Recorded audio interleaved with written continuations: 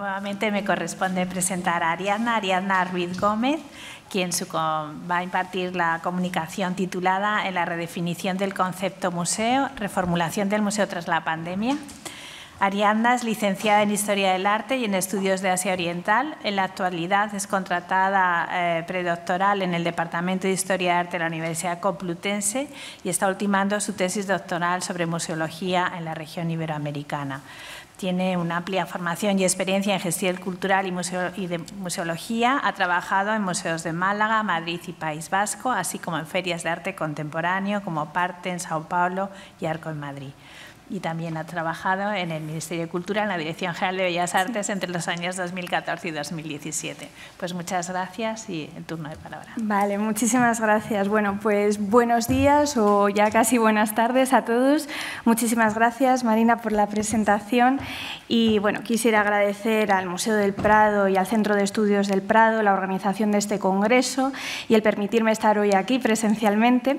Bueno, pues siguiendo un poco con la línea temática de la mesa, en esta comunicación nos vamos a centrar en la redefinición del concepto de museo, como ya hemos anticipado, y lo que ha supuesto su revisión estos últimos 3 años con la confluencia, además, de la crisis sanitaria, que ha afectado también a nuestro contexto museal. Bueno, pues para ello, además, he elaborado un análisis de contenido en torno a los términos que se han arrojado desde las encuestas del ICOM. Bien. Para situarnos cronológicamente, aquí tenemos todos los encuentros y resoluciones del ICOM. Nos vamos a centrar en los 2 últimos, el de Milán del 2016 y el de 2019 de Kioto. Tenemos que recordar que tras el Congreso Internacional de Museos celebrado en Milán en 2016, bueno, pues se convino que un comité se haría cargo de diseñar una nueva propuesta para la definición. Recordemos que bueno, realmente la definición que tenemos, la del 2007, es previa a la del 2008, es previa a la crisis económica del 2008 y eso también bueno, pues estaba generando pues, una incertidumbre, se estaba viendo por parte de los diferentes comités bueno, pues que se estaba quedando un poco distanciada de lo que necesitaba la sociedad. Aquí tenemos un esquema de todas las definiciones de museo que ha habido, desde la primera de 1946 y bueno, pues la del 2007, que sería la vigente actualmente, y la del 2019, que quería ser la 9ª. Actualmente parece que se va a aprobar en 2022 y bueno, también veremos cómo ha sido ese proceso para la reelaboración de esta definición. Además, esta definición, decir que la del 2007 bueno, pues se veía alejada de las necesidades y exigencias sociales que se le estaba reclamando al museo y que hemos convivido en estos años bueno, pues esos debates, esas polémicas en torno a la definición. Bien, ¿quién fue la primera en decir que la definición del 2007 estaba quedando un poquito obsoleta? Bueno, pues fue la Junta Directiva del ICOM, que había hecho pública su opinión sobre la definición actual. La misma Junta dijo que solo se había visto ajustes menores en las últimas décadas, por lo que no se reflejaba ni quedaba correctamente expresada las complejidades del siglo XXI y las responsabilidades y compromisos actuales de los museos, así como las visiones de futuro y los desafíos que estaban por venir, sin saber que íbamos a tener una pandemia de por medio. Esto ya se dijo en 2016. Entonces, bueno, pues es por ello que el Comité Permanente del ICOM sobre la definición de museo, perspectivas y posibilidades lanza unas líneas temáticas que podríamos englobarlas en 5 puntos para que los miembros, tanto museólogos como bueno, personas que están cerca de investigadores de los museos, bueno, pues lanzasen sus definiciones, sus ideas de qué era el museo del siglo XXI. Estas líneas temáticas serían bueno, pues las desigualdades sociales, que ya Marina ha anticipado, también la conciencia climática del planeta, también debía atender el museo a la ética y sostenibilidad para consigo mismo y una autoridad compartida con la comunidad. Esta idea, además, no es que sea novedosa, porque ya surge en los años 70 y 80, sobre todo con la línea de la museología social, pero sí es verdad que llama la atención, ya que se entronca dentro de la configuración de una nueva definición común para todas las tipologías de museo. Bien, además, el 5.º punto sería el museo como lugar de reunión. ¿Quiénes se reúnen en el museo? Bueno, pues esa comunidad. Eso es lo que está abogando el ICOM ahora mismo para la redefinición. Bien, en esta primera encuesta que se realiza, las aportaciones que se recogen quedan así. A nivel geográfico, Europa participa con 116 definiciones, Latinoamérica con 68, Asia 42, Norteamérica 24, África 20 y el Pacífico 4. Si ponemos la lupa y vemos a ver qué países han sido los que más han participado, el ranking sería el siguiente. Los 10 primeros países que más han participado y el número de aportaciones sería este. Brasil con 23 definiciones, España 19, Estados Unidos 16, México 14, Alemania y Reino Unido 13, Francia e Irán 11 y Colombia y Portugal 9. Bien, ¿por qué doy estos datos? Bueno, porque resulta interesante también hacer un poco, aquí en esta tabla resumen lo vemos, un análisis de cuál ha sido a nivel porcentual la implicación en esta búsqueda de la nueva definición, porque al fin y al cabo se va a sacar de todas estas aportaciones, bueno, pues las líneas generales o se va a ver por parte del Comité para la Definición cuáles son los puntos más importantes para los museólogos, para los investigadores. Aquí podéis ver que en el ICOM en 2019 recoge que Europa, bueno, pues participa a nivel global, le corresponde el 44%, luego estaría América Latina y el Caribe con un 25%. ¿Qué ocurre? Como he dicho, la definición del 2019 de Kioto queda desestimada porque era una definición, bueno, demasiado larga. Luego veremos que hay aspectos que no recogían, que no quedaban recogidas en esta definición. Y entonces el comité que coge el relevo sería el ICOFOM. Y entonces en 2020 sigue realizando encuestas, incluso ahora mismo se están haciendo encuestas en 2021 para intentar sacar una definición lo más completa posible en 2022. Bien. Como no podemos ir pormenorizadamente viendo las 274 aportaciones de definiciones que se mandaron, he llevado a cabo un análisis de contenido para ver los términos más coincidentes entre sí y ponerlo en relación con la definición de Kioto del 2019. Bueno, pues a continuación lo que voy a hacer es ir leyendo la definición, vamos a recordarla, para que podáis ir viendo también los porcentajes de los conceptos, de los términos, para que veáis la coincidencia, ¿no?, que hay entre las definiciones que se mandaron, de estas 274. Bueno, decía así la definición de Kioto.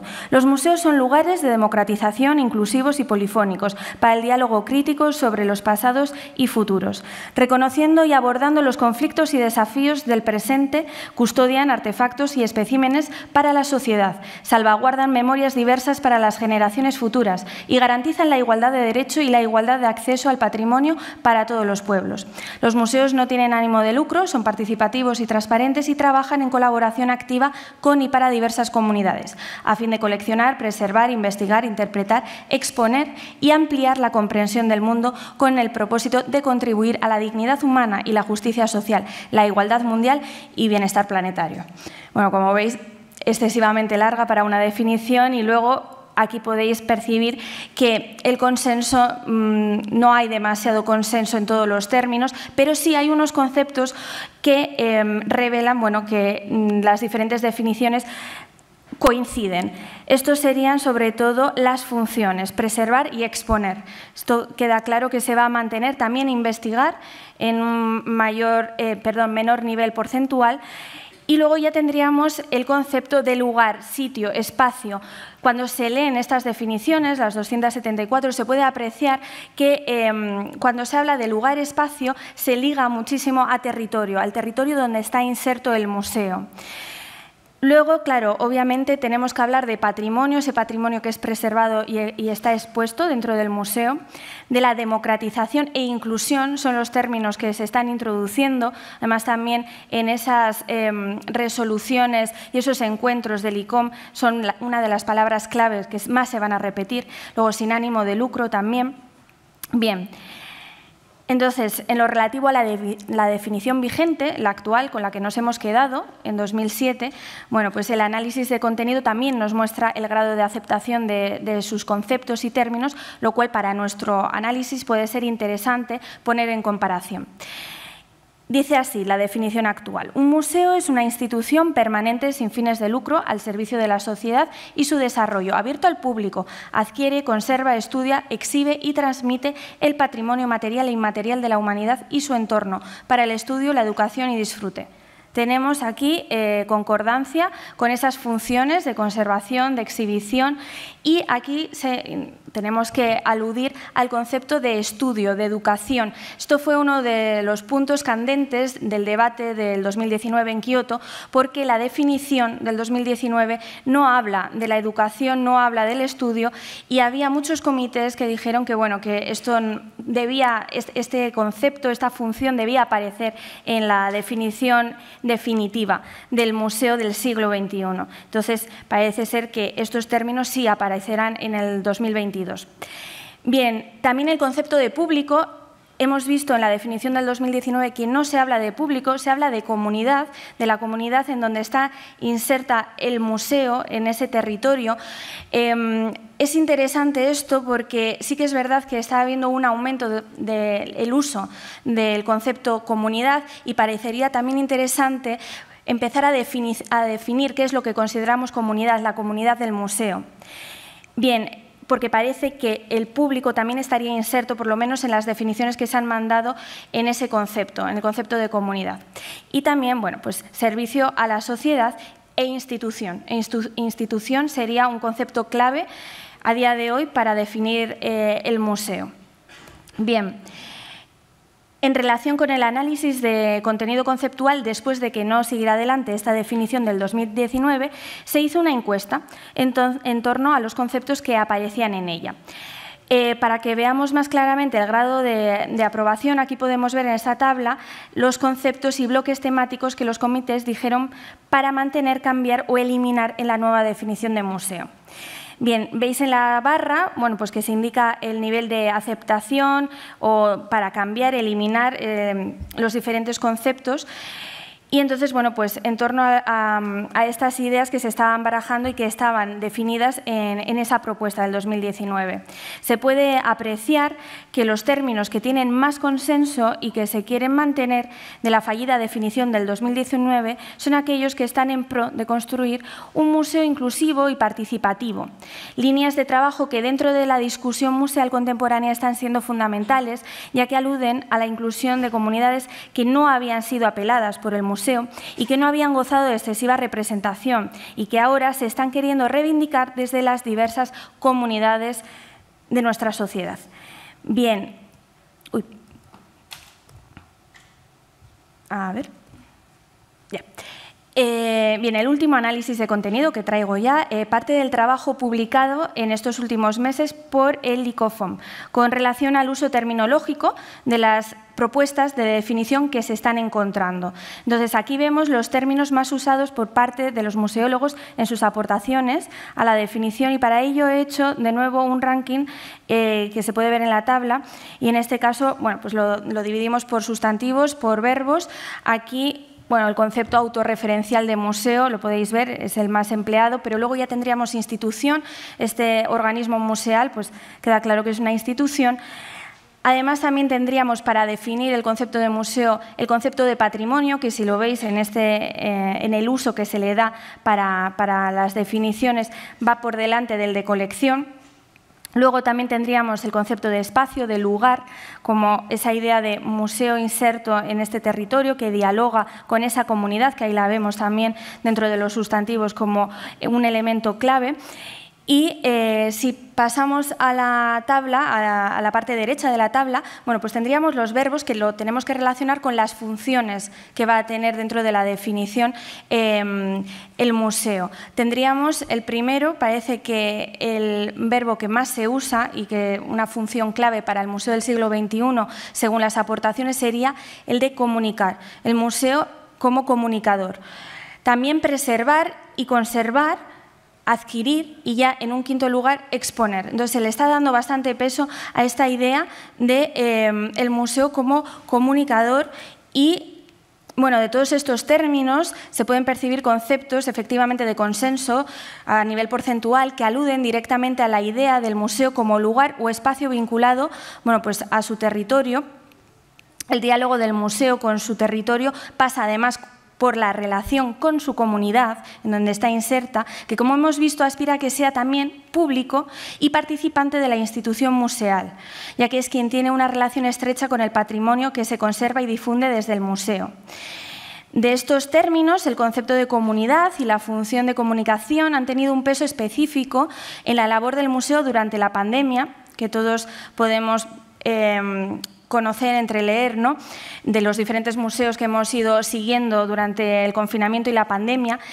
Y es que, bueno, resulta muy interesante que a la vez que se estaban haciendo todas estas encuestas para la definición de museo, también el ICOM estaba realizando encuestas para conocer, bueno, pues cómo estaba viviendo las instituciones museales todo este trance. Entonces, el ICOM consiguió 900 respuestas desde el confinamiento hasta el 18 de octubre del 2020 para conocer, bueno, pues entre otras cosas, cómo se estaba comunicando, cómo estaba siendo la relación con la comunidad del museo. Bien, de las contestaciones, de las respuestas que obtuvieron, se afirmó que se había implementado la comunicación digital en un 15% en 900 museos, pero concretamente, si hablamos de los medios sociales, las redes sociales, los eventos de transmisión en vivo y los programas educativos, el incremento había sido de un 50%. Y en líneas generales se estaba manteniendo en el tiempo más allá del periodo de confinamiento. Entonces, realmente también deberíamos hablar no solo de esas comunidades físicas del museo, sino también de esas comunidades digitales, que ya es un hecho que existen y que trabajan, por lo menos que tienen una relación estrecha con los museos del siglo XXI. Resulta bastante interesante, bueno, hablar de esta comunicación digital, porque nos abre paso también, de cierta manera, a un camino intermedio entre los dos modelos clásicos de comunicación de los museos. Según el esquema comunicacional de Marshall McLuhan, que luego Glusberg aplicó, hay dos esquemas de comunicación tradicional, clásicos. Por un lado estaría el del museo tradicional, que sería el informativo, con mucha documentación, pero escasa participación del público, y luego estaría el museo integral o social, que sería el que tiene muchísima participación y comunicación de su comunidad y que genera una gran creatividad. Bueno, como todos sabemos, estas tipologías no son tan estancas, no son modelos tan estancos, porque los museos tradicionales implementan la participación a través de actividades, de departamentos, como hemos ido viendo a lo largo de toda la jornada, y los museos integrales o sociales, bueno, al fin y al cabo también son museos y tienen una jerarquía interna.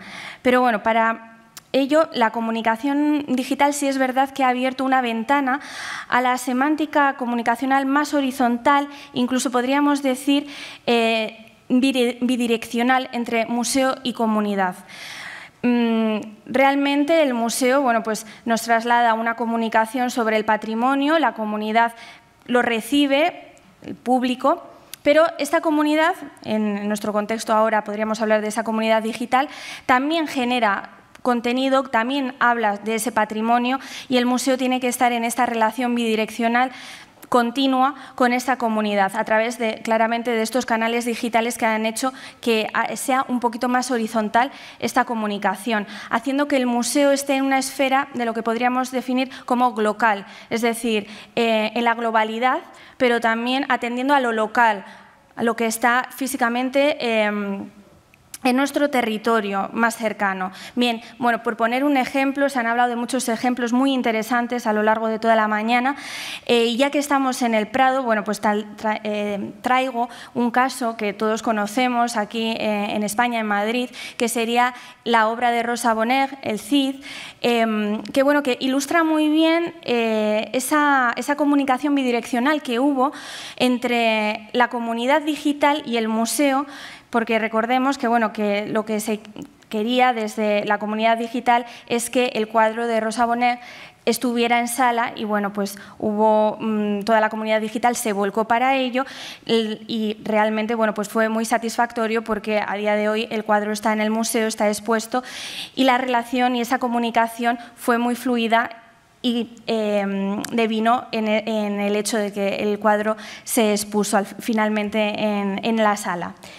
Bien, Y ya para concluir, para no extenderme más, dentro de esta búsqueda de la redefinición del museo, hemos visto cómo la idea de espacio, lugar patrimonial, ha sido una constante en cuanto a la relación de conceptos para la nueva definición.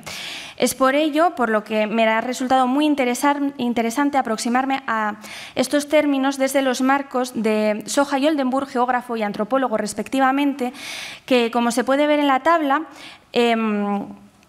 ellos, de estos espacios, donde ellos lo que decían era que había que estratificar, como se puede ver en la tabla, los espacios en donde nos encontramos como individuos respecto al mundo. Entonces, en un primer lugar, Soja dice que el primer estadio sería el que percibimos, para Oldenburg el doméstico y familiar.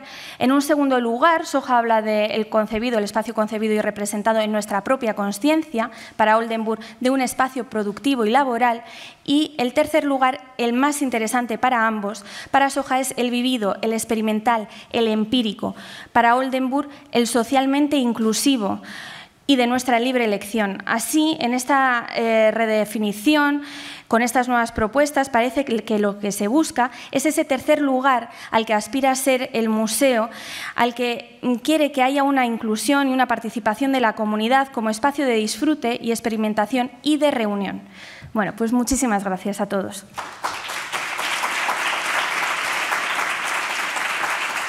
Tenemos ahora escasos 30 minutos para un debate. Entonces no tenemos sillas para todos los intervinientes, pero al menos yo creo que Marina Chinchilla, Fabien Bruguère, María Bolaños, no sé, podrían sentar, pero que sepan todos los participantes que están invitados, digamos, a estar como de este lado de la mesa de debate en cuanto a ser más proactivos, ¿no?, en el debate.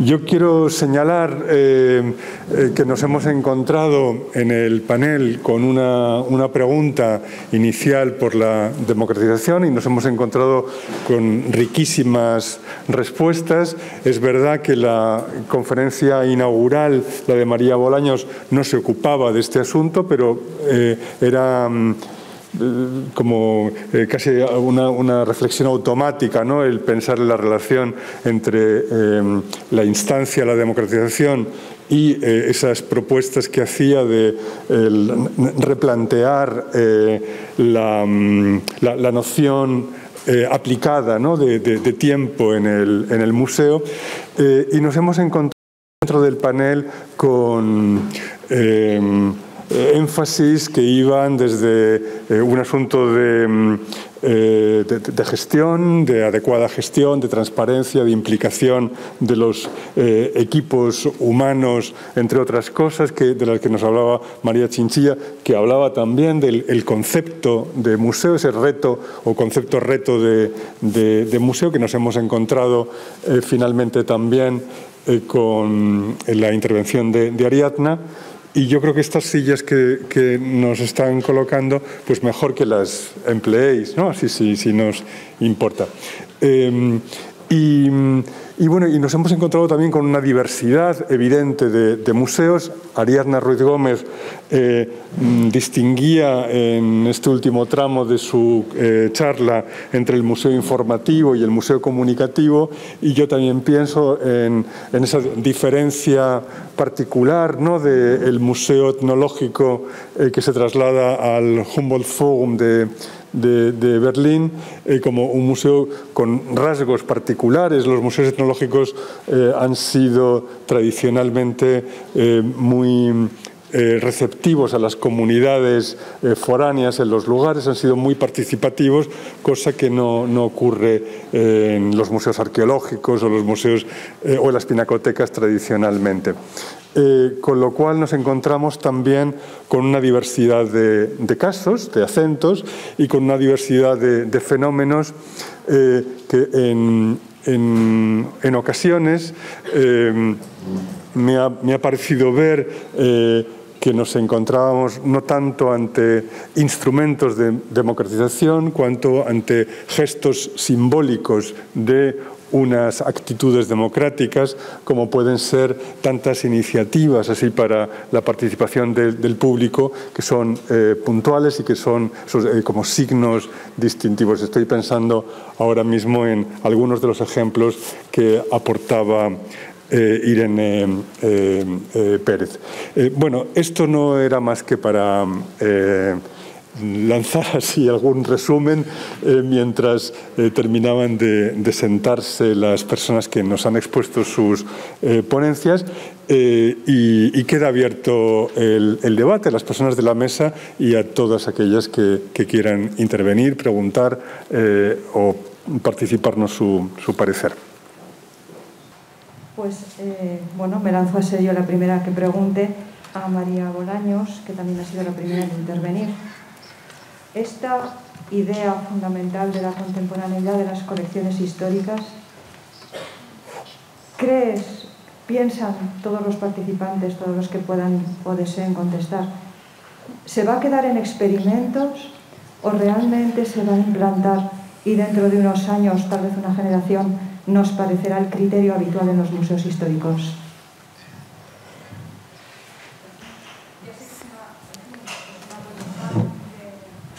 De adelantar acontecimientos y que nadie tiene una varita mágica, pero bueno, conocéis muchas experiencias y a muchos profesionales como para saber por dónde van los tiros. Bueno, como tú misma dices y sabes bien por tu experiencia, que es mucha, pues ni idea, claro, no sabemos qué va a pasar. Pero yo creo que no es malo que sea una pregunta que entre en las preocupaciones de quienes son responsables de esos temas dentro de los museos. Yo creo que no debemos que hay que entender contemporaneidad en un sentido riguroso y no solamente, como yo decía antes, como una operación de maquillaje en la que basta con introducir un artista moderno o un artista vivo para que la exposición resulte una exposición contemporánea. A veces eso no resulta en absoluto, o sea, no creo que resida en operaciones de ese tipo. Y en todo caso está bien que empecemos a preguntarnos sobre un tema que deberíamos saber en el que llevamos un siglo de retraso, porque realmente ese planteamiento tan lineal de nuestras colecciones es un planteamiento que tiene su origen a finales del siglo XVIII, que se mantiene durante todo el siglo XIX y que el siglo XX se ha dejado pasar sin rehacer esa pregunta. Yo creo que el siglo XXI no debería esperar al siglo siguiente y que debería empezar a pensar en esos términos que, por otra parte, son muy rigurosos desde el punto de vista histórico, como yo he tratado de apuntar y como están demostrando muchos de los estudiosos que ahondan en el tema. Yo creo que no es fácil. Creo que no hay que confundir tampoco cronología con historia, es decir, que una cosa es que la cronología lineal se termine convirtiendo en una especie de tumba de la obra de arte que nos la pone lejos y hace que la historia medie.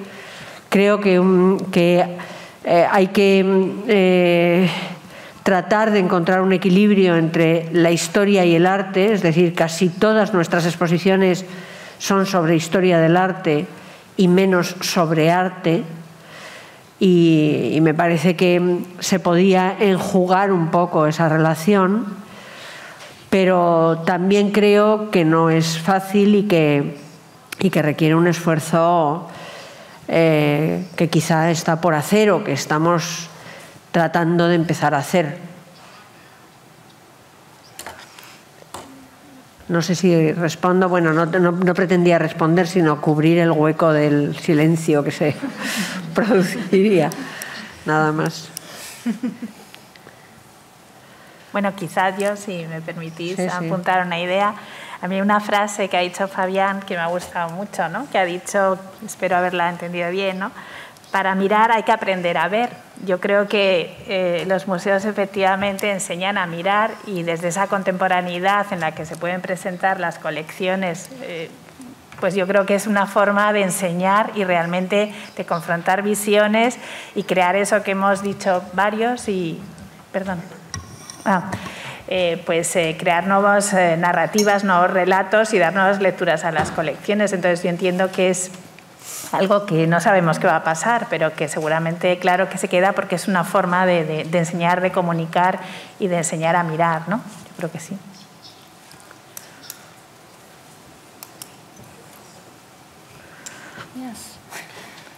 Puedo preguntar desde aquí, ¿verdad? Sí.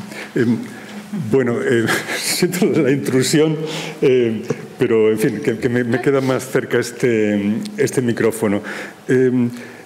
Querría lanzar una pregunta y precisamente a partir de algo que Fabien Brugère ha planteado en su charla, y es la democratización en el museo planteada desde la imaginación. Es decir, el entender el museo como una escuela de la imaginación es garantía de que se está defendiendo la virtud democrática.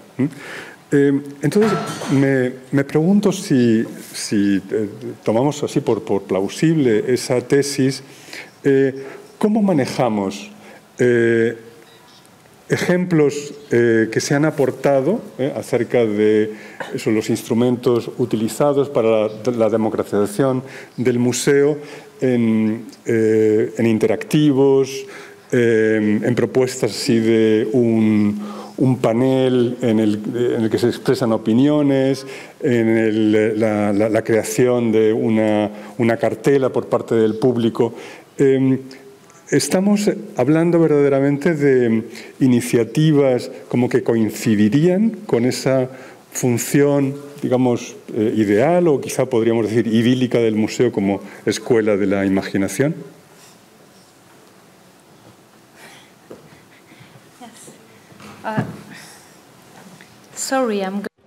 Sí, voy a tener que dirigirme a ustedes en inglés.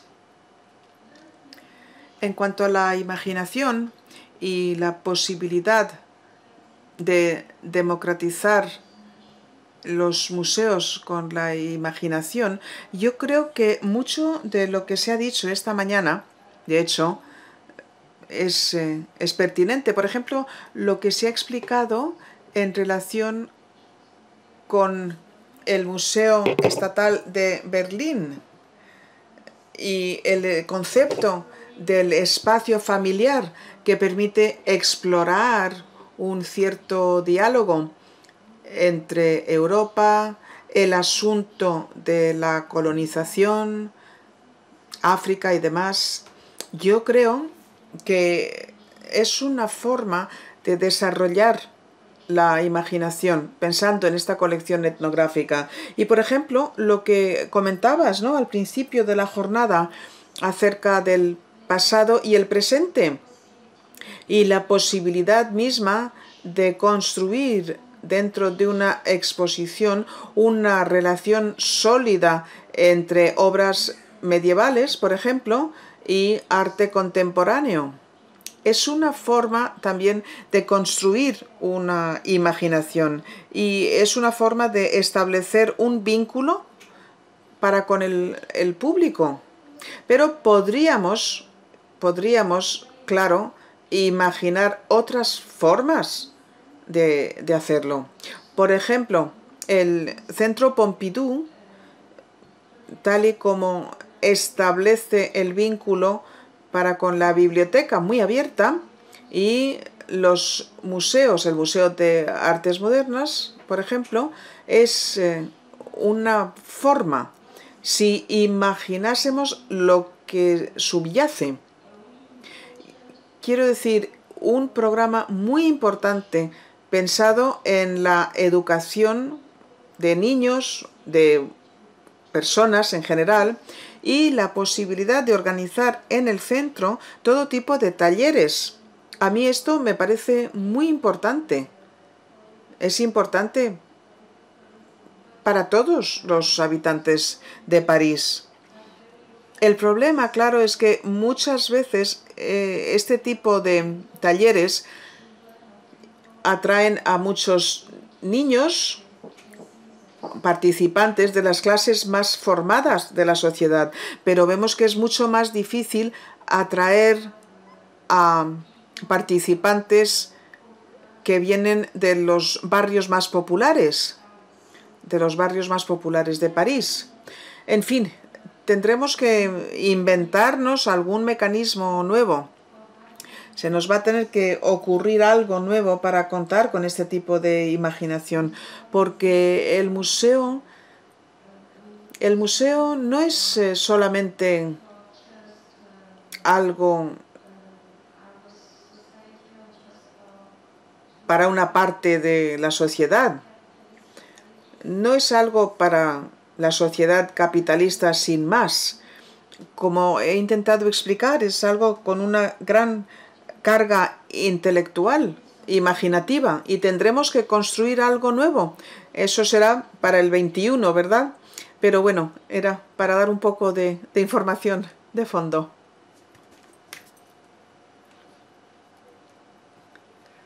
Micrófono, por favor. Iniciativas, imagino que estás hablando del control del contenido final o del resultado final. Iba por ahí la pregunta. O sea, el manejo de esas iniciativas en las que se democratiza el resultado final con respecto a cómo se filtran a lo mejor las diferentes respuestas, ¿no? Cuál es el control que el museo tiene del contenido final. Si ibas por ahí, yo solo quería hacer un apunte, y es que en los ejemplos que, en mi caso, en los ejemplos que yo he puesto, en realidad ninguno de ellos escapaba al control del museo con respecto al contenido final, ninguno de ellos.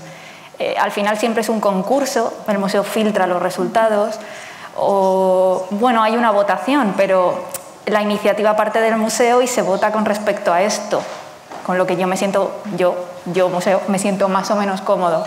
Entonces yo no sé hasta qué punto hemos llegado a un momento en el que veamos realmente iniciativas que abran por completo el resultado final o que se deshagan del control, que la institución elimine el control que tiene sobre el contenido.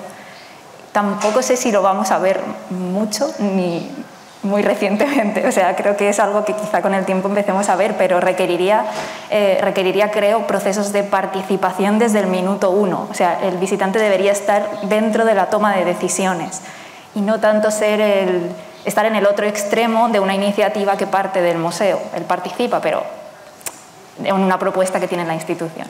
Solo eso.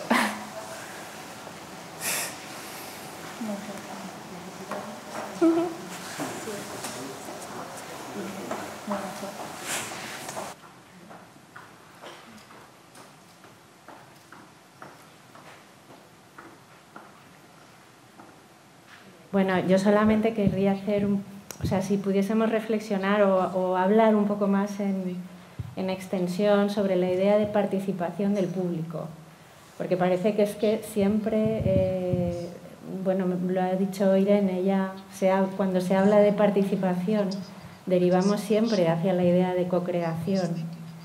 En las definiciones del ICOM luego resulta que al final uno de los ítems, ¿no?, más aceptados es la comunicación.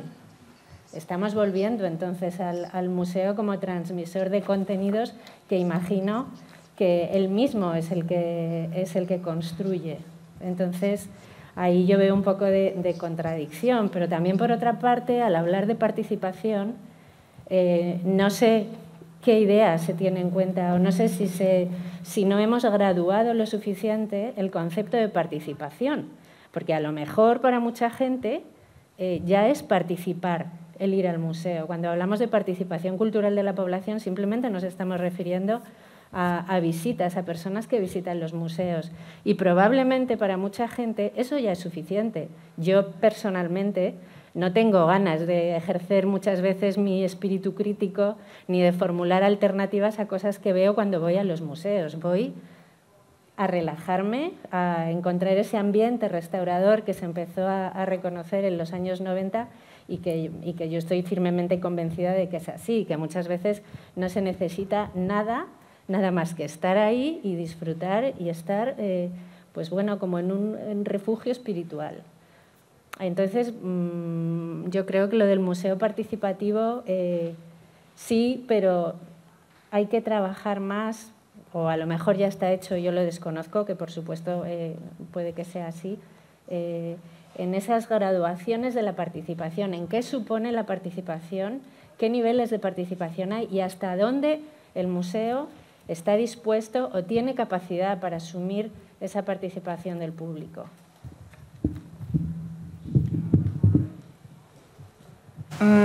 Claro que la participación habitualmente se da por niveles. De hecho, cuando se define, cuando se teoriza sobre la participación en el entorno de los museos o de la cultura en general, casi siempre se habla de participación por niveles y el nivel más básico tiende a ser la interactividad. O sea, en la medida en que el visitante pueda interactuar de alguna forma con el museo, está participando, ¿no? Y luego van aumentando en función de la forma en la que el museo comparte o no comparte ese control final de los contenidos. Pues después estaría la implicación, ¿no? Hacemos preguntas a los visitantes. En el siguiente nivel, el visitante contribuye con contenido. En el siguiente nivel, quizá ya tendríamos una participación más amplia en la generación del contenido y no solo en la respuesta que se da, ¿no?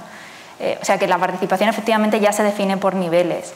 De todas formas, con respecto al resto de cuestiones que planteabas, parece que esto es hacia donde va el museo, es lo que estamos viendo cada vez más, ¿no? La participación del visitante. También comentaba yo en lo que he comentado que no todo el mundo participa porque no quiere participar. Hay mucha gente que no va a querer nunca participar, pero creo que es importante que exista la posibilidad de hacerlo porque es una forma de democratizar el museo. Si no existe la posibilidad, tenemos al museo comunicador. Yo sé algo y te lo transmito. No tienes posibilidad ninguna de participar en la construcción de ese significado que se ha creado ni en la generación de ningún tipo de contenidos. Y luego ya el visitante debe decidir por su cuenta, claro, qué tipo de experiencia quiere tener, que eso también es en parte participación, ¿no? Decidir cuál es la experiencia que quiere tener el visitante. Esa es mi reflexión.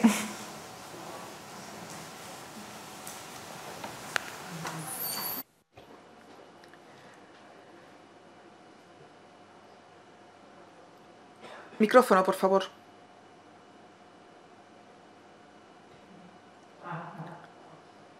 Gracias.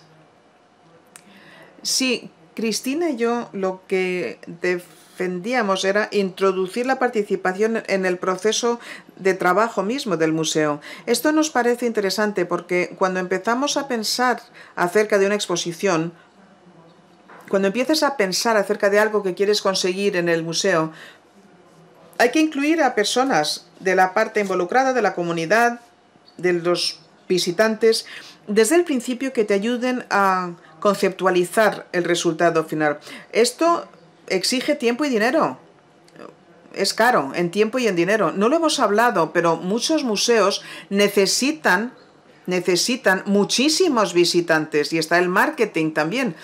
Así que estamos hablando con nuestro público como consumidor, por una parte. Y luego tenemos esta otra parte que es idealista, ¿no? Democratizadora, participativa y demás. Yo creo que la institución se ve ralentizada, ¿verdad? Si te lo tomas muy en serio, se ralentiza todo y te obliga a replantearte el proceso. Pero a mí me parece que es muy sostenible. A modo de ejemplo, lo que has comentado, cuando hablamos con los adolescentes para ese juego de Oceanía, una joven estaba emocionadísima porque nunca se le había ocurrido la posibilidad de jugar en un museo. Así que le entrevistó a Cristina, lo colgó en TikTok y la verdad es que esta conversación despegó. Y yo pensé, bueno, esto es algo que no se nos hubiera ocurrido jamás. Estas cosas pasan de pronto, pero necesitas los recursos para aprovecharlo. Necesitas los recursos para mantener vivas las relaciones y, como digo, esto exige mucho tiempo, exige paciencia y algo muy importante también, lo que comentabas, ¿no? La transferencia de autoridad. Tienes que ser auténtico. Cuando te planteas el proceso de la creación de un espacio para exposiciones, pues rápidamente se ve si vas en serio o solamente buscas una pseudo participación. Tienes que soltar las riendas, y sé que hay muchos comisarios que no saben soltar las riendas porque piensan que son dueños del espacio, dueños de la colección, y es suya responsabilidad. Es un paso tremendo el que tienen que dar.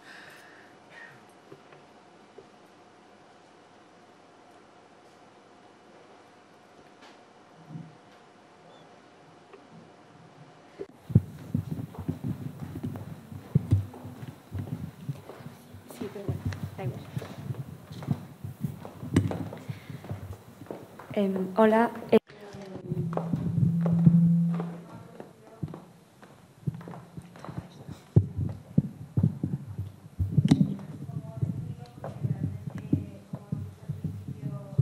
No se oye. No se oye. Aquí, vale.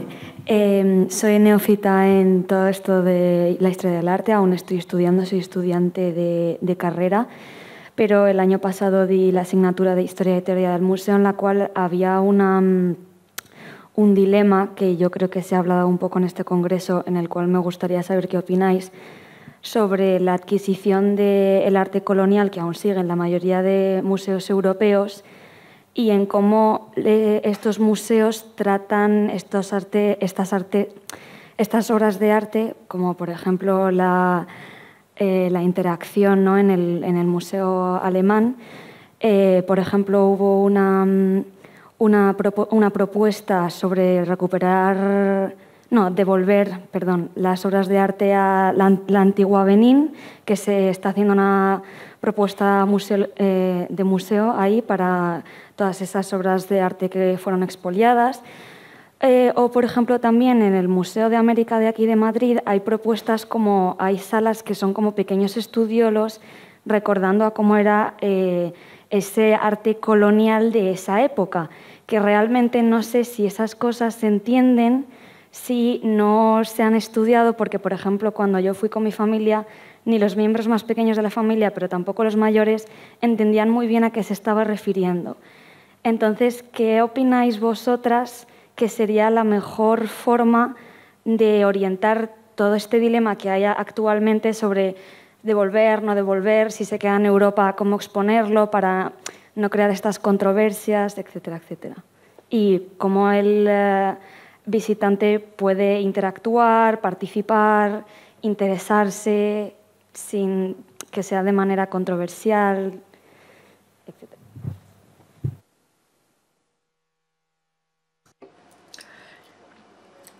Muchas gracias. Muchas gracias. Yo creo que la pregunta es importantísima y es una pregunta que se nos formula muchas veces, y siento mucho decir que no hay una respuesta única, no hay una solución, porque estos grupos a quienes se les arrebataron los artefactos son muy distintos de por sí, y en África hay distintas opiniones. Hay quienes dicen esto es africano, tiene que volver a África. Y, por ejemplo, los bronces de Benín, te referías a los bronces de Benín, pues sí, hay un grupo, el Diálogo de Benín, con representantes de museos europeos y representantes de África, y nuestras instituciones decidieron que íbamos a devolver algunos. No sé cuál es el detalle, pero en parte va a haber una devolución. En otras palabras, cuando hablemos de los bronces de Benín, igual ya no están. Es una situación interesante, pero me parece positiva, o sea que tendremos estanterías vacías que formarán parte de la exposición. Y lo mismo pasa con algunos grupos indígenas de Sudamérica. Muchos no tienen ningún interés, les parece estupendo que lo hayamos conservado. Algunos piensan que estamos un poco locos al haberlos conservado. En cuanto a Oceanía, en cuanto a Alaska, pues el planteamiento también es distinto. Por ejemplo, la embarcación Luf que ha mostrado Cristina, nuestro museo preguntó a un experto de Papua Nueva Guinea que fuera a Luf, era un director de cine, y que les preguntara qué opinan, porque hubo mucha polémica en Alemania, y dijeron, bueno, interesante, nos gustaría ir a Berlín, ver la embarcación Luf y volver a aprender esa técnica, porque se ha perdido la técnica. Quisiéramos volver a Louvre y hacer una embarcación, pero que se quede en Berlín. Era un grupo de Louvre, no sé si representaban o si hablaban en nombre de toda la población. Cada caso es único, así que hay que comunicar, hay que negociar, hay que ser muy abierto y hay que ser muy paciente. Ambas partes tienen que ser muy pacientes. Pero desde el punto de vista de las instituciones y museos europeos es imprescindible estar decididos a decir sí, estamos dispuestos a hacer tal. Y esto es algo nuevo. Grandes museos como el British y demás no se planteaban esta política. Ellos querían conservar sus artículos. Esta pregunta, como complementando la respuesta de Ute, yo también pienso que lo que es súper importante y es lo que intentamos con los Family Spaces es realmente hacer accesible en muchos niveles este tipo de cuestiones, ¿no? Cuando has dicho que gente de tu familia no lo entendía, yo he pensado, claro, es que no es fácil, no es fácil, es que hay que hacerlo entendible, ¿no? Es muy complejo, es muy complejo y es lo que, por ejemplo, una de las cuestiones, de las preguntas básicas que nos han llevado durante todo el desarrollo de las Family Spaces, porque en este caso muy concreto nuestra audiencia son niños de 6 a 12 años, pero claro, si lo entiende un niño de 6 a 12 años, pues lo va a entender una persona de 90, espero, ¿no? Imagino, ¿no? Y si un niño de 6 años tiene ganas de jugar a algo, yo también, ¿no? Con mi edad. Y creo que es un punto muy importante, ¿no? Y es donde se recalca la idea de que la participación tiene que ser diversa y múltiple, ¿no? No solo de una manera, no solo una cartela le sirve quizá a un tipo de persona interesada en un tipo de visita y un juego a otro tipo de persona interesada en otro tipo de visita o de experiencia, ¿no? Y luego, como ha salido el tema de los bronces de Benín, de las esculturas de Benín, que son parte de la exposición permanente que se va a abrir en el Humboldt Forum el año que viene, la parte que todavía está cerrada, hay una estación mediática, una instalación de varias entrevistas que se está desarrollando, se está modificando, ya estaba planeado, se está modificando ahora mismo respecto a las conversaciones que hay del Berlin Dialogue Group, ¿no? Y una de las cosas importantes es que lo que parece es que algunas de las piezas que estaban pensadas mostrar, pues no se van a mostrar, ¿no? Y ese es ahora un momento de decir, bueno, ¿qué hacemos con esta hora, ¿no? Ahora tenemos un hueco en una instalación que se planteó que estaba cerrada desde hace como 3 años, ¿no? Que se sabía que se iba a hacer. Y es un proceso de transformación, ¿no? Y yo creo que es la cuestión ahora para desarrollar esta instalación mediática, porque es algo que los medios digitales a veces permiten, es cómo incorporar esa contemporaneidad, ¿no? Lo que está pasando exactamente en este momento con esas piezas y con este grupo de gente que están tomando decisiones, ¿no? En un momento determinado. Hay una pregunta, perdón María, no sé si vas a añadir algo. Vale, es que hay una pregunta por el chat, porque la gente desde casa también tiene muchas inquietudes y nos preguntan. Entonces, precisamente es para ti. Mi pregunta es para María Bolaños. Cuando afirma que se hacen exposiciones no de arte, sino de historia del arte, si podría ahondar un poco en ello. ¿Cuáles son las ventajas o desventajas de este tipo de exposiciones? ¿Y cuál sería lo ideal? Pues lo tengo que pensar, porque es un tema suficientemente complejísimo como para poder dar una respuesta. Lo que quiero decir de una manera muy genérica, y es lo que he tratado de decir, porque como advertí al comienzo de la conferencia, estos son en realidad como intuiciones sobre las que habría que seguir trabajando y como digo, no es fácil. A lo que me refiero es que si uno recorre las exposiciones que se hacen o que hacemos en los museos con colecciones históricas y en los museos de arte contemporáneo, que tienden mucho a la exposición monográfica, a la exposición de artista, a la exposición de movimientos o de corrientes, etcétera, muchas veces esas exposiciones están concebidas desde el punto de vista de la construcción de una disciplina que es la historia del arte, y que a veces esa manera de enfocarlo minimiza las posibilidades delectación artística que tiene la obra en sí. Digo esto desde el punto de vista de una colección de escultura, que es un tipo de arte muy particular, porque mi experiencia es que cuando se hacen exposiciones de escultura, se tratan muchas veces como si fuesen exposiciones de pintura, o como si fuesen exposiciones...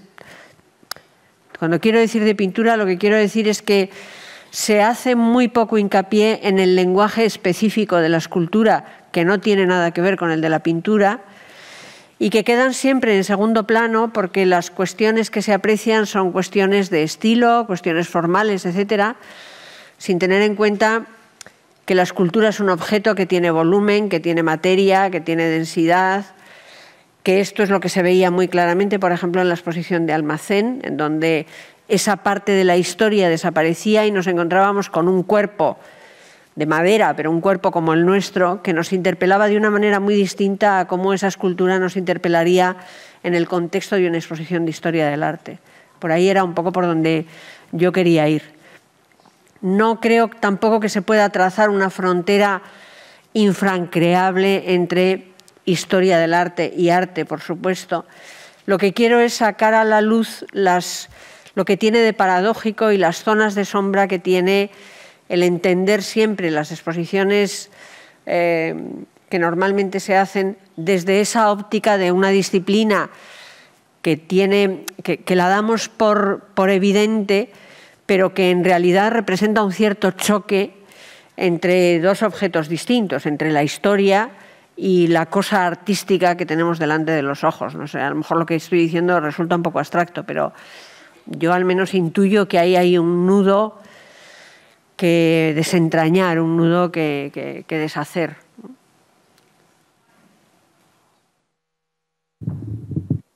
Por supuesto, sin dejar de decir que hay magníficas exposiciones claro, que hay exposiciones de historia del arte maravillosas, por supuesto, y exposiciones más puramente artísticas que tienen mucho menos interés. No estoy planteando una cuestión de categorías de calidad, sino de perspectiva sobre la manera de enfrentarse a un objeto artístico del pasado. Bueno, entre las desiderata, ¿no?, que señalaba Ariadna Ruiz Gómez en su ponencia relacionadas con la definición del museo, estaba la de ser una institución polifónica, ¿no? Sí, yo no sé si tenía un 17% o un 20%, pero vamos, estaba ahí y había gente que la apoyaba. Entonces, yo creo que con esos requisitos hemos cumplido absolutamente desde el museo. Esta mañana ha sido un crisol verdaderamente de aportaciones desde muy diversas experiencias, búsquedas, investigaciones y demás.